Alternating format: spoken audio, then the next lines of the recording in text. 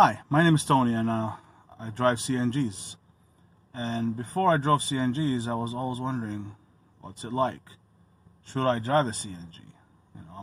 I love diesels, and I always driven diesel trucks and own diesel pickups, for that matter. But since February, I've been working with CTS, Contract Transport Services, and before I decided to go with them, I've been researching them for approximately a year, and also research about CNG trucks.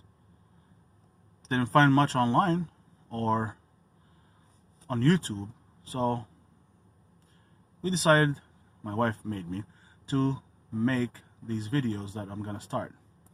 I'm still a rookie making videos, so let's not talk about me anymore. Let's go to it. Big differences between CNG and diesels. Is it worth it? The power, the fuel, manual versus automatic.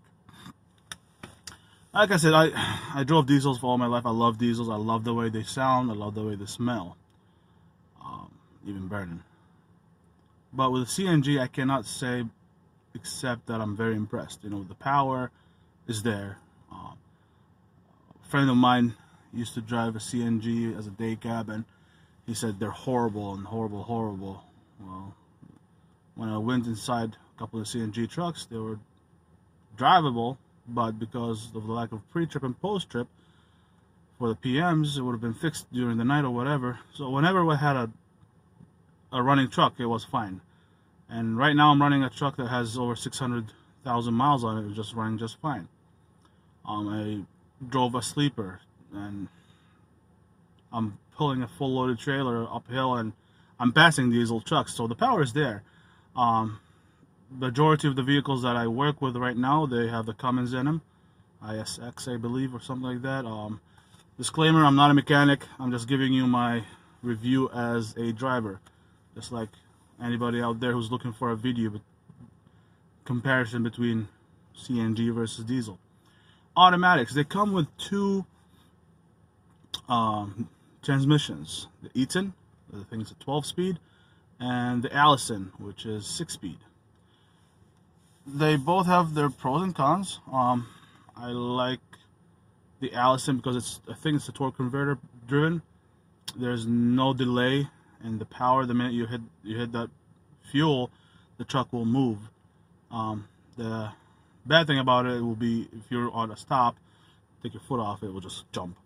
With the Eaton Fuller, you have to hit the fuel, and then the clutch has to roll and engage and starts to take off, which a lot of times in backing, that's kind of a nuisance. So there we go. Like for the pros, as I said, the Allison, the power is there, but at the same time, when you take your foot off the fuel, it will just jump. And again, on the uphills, I didn't see anything annoyingly wrong. I was pulling a 78,000 pounds uphill, going 55 and dropping down to 45, just like a regular truck, diesel truck. With both vehicles, the Eaton and the Allison. And again, that's my opinion, and that's what I saw in the truck. With the manual, it's same thing. Eaton Fuller, 10-speed. People told me, oh, they like higher RPMs. Well, you want to optimize your fuel mileage. You want to shift, third, fourth, fifth, 6 or 1,000 RPM, and 6 to 7 you can go 1100, 7 to 8 you go 12, 8 to 9, 12 you can go 9 to 10, 13, 14. Of course, it all depends on how heavy your load is. Same thing with the diesel, and I used to be an instructor, and that's what we taught for optimal fuel. And again, that's my opinion. I know there's tons of guys out there that can drive circles around me, and with all, I respect them, but that's my opinion of what I know and been taught.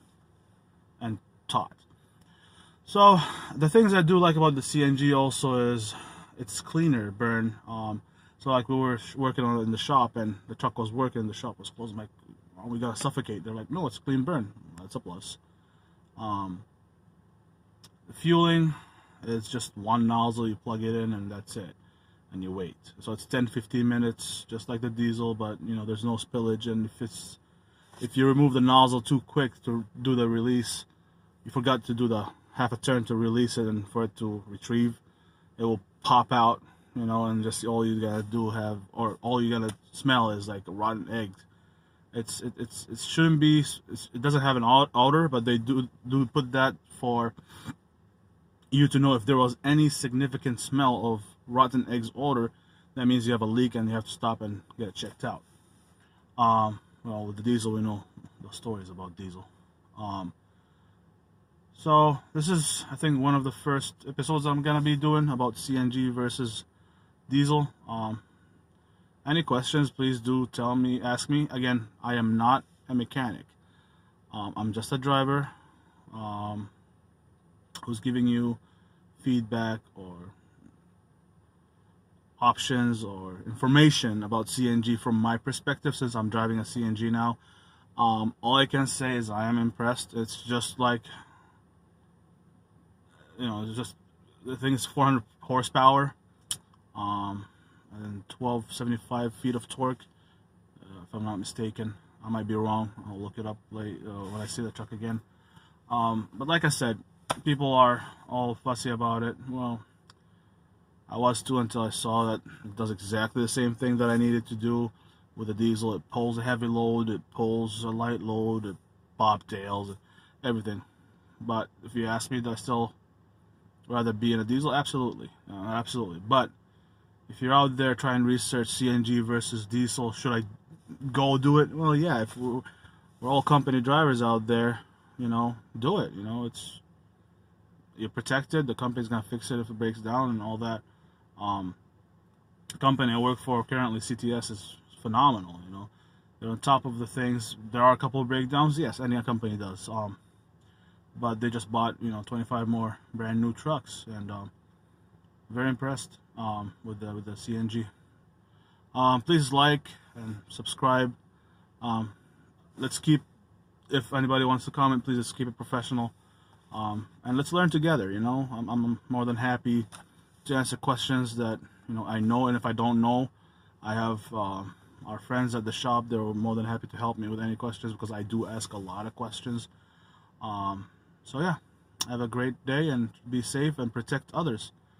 Always, this one last point is, when we drive semis, don't use them as I'm the bigger guy, because yes, we are the bigger guy and girls, but let's drive that semi to protect the vehicles around us, although it's extremely annoying at sometimes, as everyone knows.